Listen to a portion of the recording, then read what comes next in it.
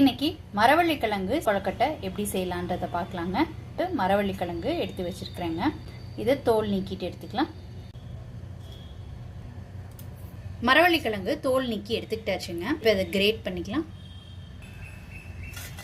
மரவள்ளிக்கிழங்கு ஃபுல்லாக துருவி எடுத்துக்கிட்டாச்சுங்க. இப்போ இந்த கிழங்குல உள்ள தண்ணியை ஸ்குவீஸ் அவுட் பண்ணி எடுத்துக்கலாங்க.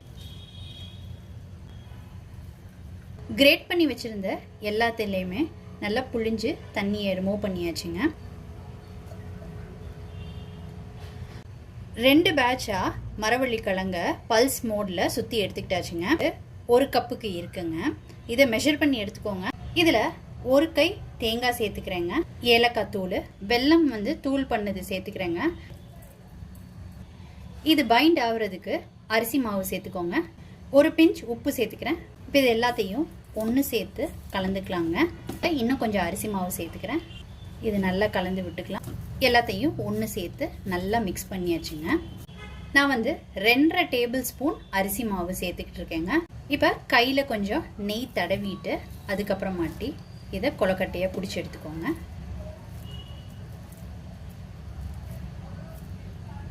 அடுப்பில் வச்சு ஸ்டீம் பண்ணி எடுத்துக்கலாம். 15 to 20 மினிட்ஸ் ஸ்டீம் பண்ணி எடுத்துக்கலாங்க.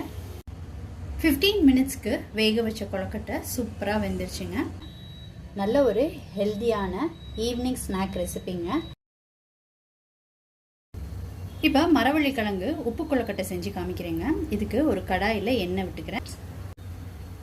எண்ணெய் சூடானதுக்கப்புறம் இதில் கடலைப்பருப்பு, கடுகு, உளுந்தம்பருப்பு, ஜீரகம், பச்சை மிளகா, கருவேப்பிலை, பெருங்காயத்தூள், மரவள்ளிக்கிழங்கு, தேங்காய், இதை நல்லா கலந்து விட்டுக்கலாங்க. ரொம்ப நேரம் வதக்கணும்னு அவசியம் கிடையாதுங்க. 1 நிமிஷத்துலேருந்து 2 நிமிஷத்துக்கு வதக்கிக்கிட்டால் போதும். இந்த குவான்டிட்டிக்கு தேவையான அளவு அரிசி மாவு சேர்த்துக்கலாம். இதுக்கு தேவையான அளவு உப்பு, கொஞ்சமாக நெய் விட்டுக்கிறேங்க. கலந்து விட்டுக்கலாம். இப்போ இதை நல்லா உடச்சி விட்டுக்கோங்க. இப்போ கொழுக்கட்டையாக பிடிச்சிக்கலாங்க. நான் இப்போ உருண்டையாக உருட்ட போகிறேன். இப்போ இந்த மாதிரி எல்லாத்தையும் உருட்டி எடுத்துக்கலாங்க. இப்போ இதை 10 to 12 மினிட்ஸ் ஸ்டீம் பண்ணி எடுத்துக்கலாங்க. 10 மினிட்ஸ்க்கு ஸ்டீம் பண்ண உப்பு கொழுக்கட்டையும் ரொம்ப சூப்பராக ரெடி ஆயிடுச்சுங்க. மரவள்ளிக்கிழங்கு உப்பு கொழுக்கட்டையும் ரொம்ப சூப்பராக ரெடி ஆயிடுச்சுங்க.